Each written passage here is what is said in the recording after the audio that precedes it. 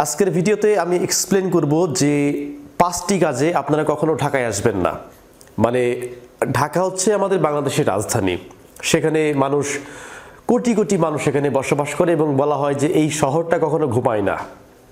তো আজকের ভিডিওতে এক্সপ্লেন করব, এই ভিডিওটি খুব ইম্পর্টেন্ট, যে 5টি কাজে আপনি কখনো ঢাকায় আসবেন না। তো চলুন এক্সপ্লেন করে যে কোন 5টি কাজে আপনার ঢাকায় আসা উচিত না। তার মধ্যে 1 নম্বর যে কাজটা, অর্থাৎ যে কাজে আপনি ঢাকায় আসবেন না, সেটা হচ্ছে চাকরির সন্ধানে অনলাইন লবিংয়ের মাধ্যমে ঢাকায় আসবেন না। এইটা যদি আপনি আসেন তাহলে পরে বিপদ আপনার কিন্তু সন্নিকটে। আমরা অনেকে আছে না যে ফেসবুকের মাধ্যমে বা অনলাইনের মাধ্যমে যে আপনি একটা লবিং করলেন যে আপনাকে একটা ভালো একটা কোম্পানিতে বা ভালো একটা গ্রুপে আপনাকে চাকরি দেওয়া হবে। তো আপনি সেই লোকটাকে চিনেন না, জানেন না, জাস্ট অনলাইনের মাধ্যমে পরিচয় কিংবা অনলাইনে সার্কুলার দেখে আপনি সেই কাজের জন্য আপনি ঢাকায় চলে আসলেন। আপনি কি কিন্তু বিপদে পড়বেন, অথবা এই দালাল চক্রের খপ্পরে পড়ার সম্ভাবনা সবচাইতে বেশি। এই জন্য অনলাইনের কোনো অ্যাডভার্টাইজমেন্ট দেখে কিংবা ফেসবুক কিংবা কোনো সোশ্যাল মিডিয়াতে পোস্ট করেছে সেই সমস্ত লিঙ্কের মাধ্যমে বা সেই সমস্ত লবিংকে কাজে লাগিয়ে যদি আপনি ঢাকায় আসেন, আপনি কিন্তু বিপদে পড়বেন।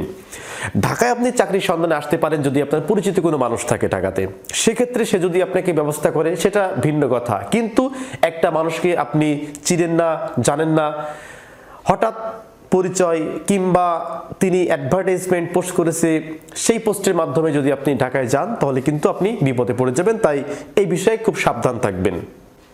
এরপর 2 নাম্বার যে কাজে ঢাকায় আসবেন না, সেটা হচ্ছে গার্লফ্রেন্ডের সাথে দেখা করার জন্য ঢাকায় আসবেন না। ধরেন আপনি প্রেম করেছেন ঢাকাতে, বা মেয়েটা ঢাকাতে বসবাস করে কিংবা ঢাকাতে চাকরি করে কিংবা ঢাকাতে পড়াশোনা করে, তো সেই অবস্থায় কখনোই ঢাকাতে এসে তার সাথে সাক্ষাৎ করা আপনার উচিত হবে না। কারণ এরকম বহু ট্র্যাপ আছে যে সে যে আপনাকে ঢাকায় ডাকছে দেখা করার জন্য, তার পিছনে কেউ আছে কিনা এই ব্যাপারে হয়তো আপনি ওইভাবে জানেন না। আর একটা কথা আছে না যে প্রেমে পড়লে পারে মানুষ অন্ধ হয়ে যায়। তো আপনি এই অন্ধ বিশ্বাসের সাথে সেই মেয়েটার সাথে আপনি ঢাকায় দেখা করতে গেলেন, যে কোনো সময় যদি আপনি বিপদে পড়ে যান সেই বিপদ থেকে কিন্তু আপনি উদ্ধার হতে পারবেন না। তাই এটি মাথায় রাখবেন যে কোনো গার্লফ্রেন্ডের সাথে দেখা করার জন্য আপনি কখনোই ঢাকায় যাবেন না। এরপরে 3 নাম্বার যে কাজে ঢাকায় আসবেন না, সেটা আমি একটু ওয়ার্ডটা ঘুরিয়ে পিছিয়ে যদি বলি, সেটা হচ্ছে লিভ টুগেদার। অর্থাৎ লিভ টুগেদার করার জন্য আপনি কখনো ঢাকায় আসবেন না। অনেকে আছে না যে বয়সের দোষে ঢাকায় যায়, যে ঢাকায় গেলে পারে একটা রাত কোনো মেয়ের সাথে আমি কাটাতে পারবো, বিভিন্ন হোটেলে সময় দিতে পারবো। দেখবেন যে আপনার বন্ধু বান্ধব এরকম অনেক গল্প শোনাবে যে বন্ধু এরকম জেলা পর্যায়ে সমস্ত কাজ না করে ঢাকাতে গিয়ে করলে পারে বেটার হয়। আপনি যদি আনএক্সপার্ট হয়ে থাকেন, অর্থাৎ আপনি ঢাকা শহর এইভাবে চিনেন না বা ঢাকাতে আপনার চলাচল করার অভ্যাসও নেই, অথচ একটা মেয়ের কথায় বা একটা মেয়ের সাথে রাত কাটানোর জন্য আপনি যদি ঢাকায় যান, এটা হবে আপনার জন্য সবচাইতে ভুল।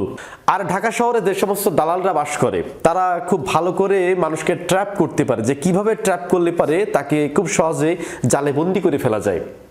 তো সুতরাং আপনি হয়তো মনে করেন যে ঢাকাতে গেলে পারে 1000 টাকা 1500 টাকা দিয়ে আমি যে কোনো হোটেলে একটা মেয়ে পেয়ে যেতে পারি বা সেই মেয়ের সাথে আমি রাত কাটাতে পারি। এই ইন্টেনশন যদি আপনার মধ্যে থাকে, ভুলও করবেন না।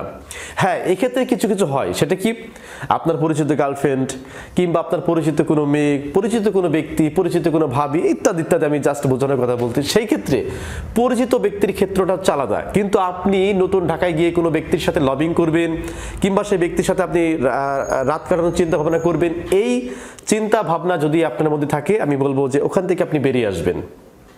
এই ভুলটা আপনি কখনো করবেন না, যে ঢাকায় গিয়ে যে কারোর সাথে রাত কাটাবেন বা লিভ টুগেদার করবেন, এটা করবেন না। এটা করলে পরে আপনি যে কোনো সময় কিন্তু বিপদে পড়ে যেতে পারেন। এরপরে 4 নাম্বার যে কারণটাতে আপনি কখনো ঢাকায় আসবেন না, সেটা হচ্ছে ইন্ডিভিজুয়াল প্রোডাক্ট। অনেকে আছে না যে বলে যে মোবাইল আছে আপনার কাছে, যে এই মোবাইলটা ঢাকা থেকে কিনলে পারে অনেক কম টাকায় কিনতে পারবো। কিন্তু আবার অনেকে দেখা যায় যে কম্পিউটার সাজেস্ট করে যে ঢাকা থেকে আপনি জেলা শহর থেকে একটা কম্পিউটার বানাবেন, এটা ঢাকা থেকে যদি কেনা যায় এটা অনেক কম দামে আপনি করে ফেলতে পারবেন। এই ভুলটা আপনি করবেন না। অর্থাৎ ইন্ডিভিজুয়াল প্রোডাক্ট কেনার জন্য আপনি কখনো ঢাকায় আসবেন না। যদি আপনি কোনো বিজনেস করেন যে অনেকগুলা প্রোডাক্ট খুচরা মার্কেট থেকে আপনি কিনবেন, সেই হিসাবটা কিন্তু আলাদা। কিন্তু একটা মোবাইল কেনার জন্য, ইন্ডিভিজুয়াল কোনো প্রোডাক্ট কেনার জন্য আপনি যদি ঢাকায় আসেন, এটা আপনার উচিত হবে না। কেন? আপনি একটা মোবাইল কিনলেন ঢাকা থেকে, তো এই মোবাইলটা যখন আপনি ওয়ারেন্টি সেবার জন্য আপনি প্রবলেমে পড়বেন তখন কিন্তু আপনি পাবেন না।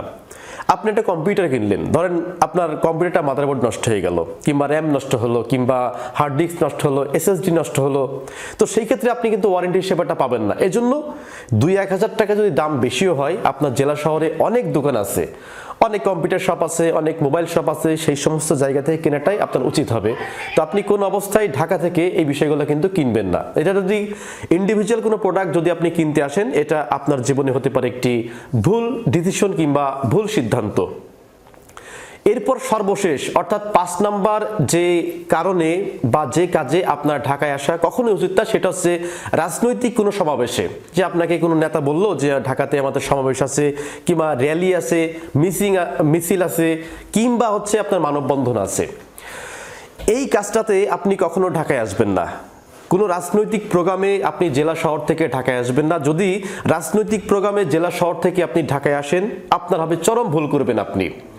দেখেন, আমাদের বাংলাদেশে বহুত নেতা আছে জাস্ট আপনাকে টোফ বা আপনাকে জাস্ট ইউজ করবে, যা আপনি ঢাকাতে সমাবেশ করলে পারে, মানববন্ধন করলে পারে, ওই যে নেতা আছে না, সেই কিন্তু সুবিধাটা সে পাবে। তো আপনি, আপনার যদি একটা কিছু হয়ে যায়, যাবে কার জানেন? যে আপনার বাবার যাবে, আপনার মায়ের যাবে, আপনার সন্তানের যাবে, আপনার স্ত্রীর যাবে। তো সুতরাং এই ভুলটি আপনি কখনোই করবেন না যে কারো কথা শুনে কখনো রাজনৈতিক কোনো প্রোগ্রামে আপনি ঢাকায় আসবেন না। রাজনৈতিক কোনো প্রোগ্রামে যদি আপনি ঢাকায় যান, এটি যদি আল্লাহ না করুক, যদি সেখানে কোনো বিশৃঙ্খলা সৃষ্টি হয় কিংবা গুলাগুলি হয় এবং সেই গুলির মধ্যে যদি আপনি পড়ে যান, জীবনটা কিন্তু আপনারই যাবে, আর কারো কিন্তু যাবে না। ওই যার কথা শুনে যাচ্ছেন সে হয়তো 2 দিন, 5 দিন, 1 মাস, 2 মাস, 6 মাস আপনার কথা মনে রাখবে, এরপর আপনার কথা মনে রাখবে না।